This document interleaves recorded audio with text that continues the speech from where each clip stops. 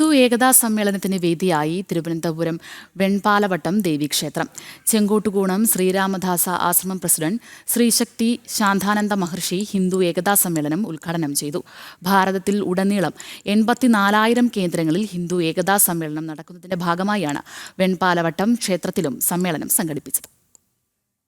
ആർഷഭാരതത്തിന്റെ മഹത്തായ സംസ്കാരം ഉയർത്തിപ്പിടിച്ച് ഭാരതത്തിലുടനീളം 84,000 കേന്ദ്രങ്ങളിൽ ഹിന്ദു ഏകതാ സമ്മേളനം നടക്കുന്നതിന്റെ ഭാഗമായാണ് തിരുവനന്തപുരം വെൺപാലവട്ടം ദേവീക്ഷേത്രത്തിൽ ഹിന്ദു ഏകതാ സമ്മേളനം നടന്നത്. വെൺപാലവട്ടം ദേവീക്ഷേത്രത്തിലെ സരസ്വതി മണ്ഡപത്തിൽ നടന്ന ഹിന്ദു ഏകതാ സമ്മേളനം ചേങ്കോട്ടുകോണം ശ്രീരാമദാസ ആശ്രമം മഠാധിപതി ശ്രീ ശക്തി ശാന്താനന്ദ മഹർഷി ഉദ്ഘാടനം ചെയ്തു.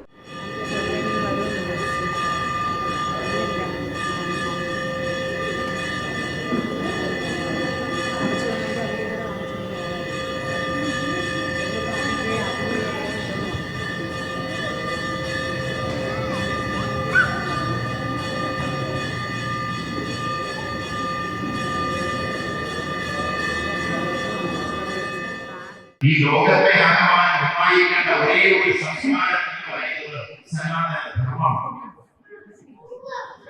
നാനാത്വത്തിൽ ഏകത്വം ദർശിക്കുവാൻ വേണ്ടി നമ്മെ പഠിപ്പിക്കുകയും അത് പ്രചരിപ്പിക്കുവാൻ വേണ്ടിയും പ്രവർത്തിച്ചത് നമ്മുടെ ആചാര്യന്മാരെ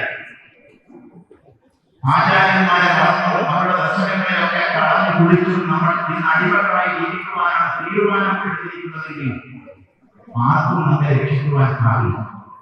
ഹൈന്ദവ സംസ്കാരമാണ് ലോകത്തിലെ ഏറ്റവും വലിയ സംസ്കാരമെന്ന് രാജധാനി ഗ്രൂപ്പ് സ്ഥാപകൻ ബിജു രമേശ് പറഞ്ഞു.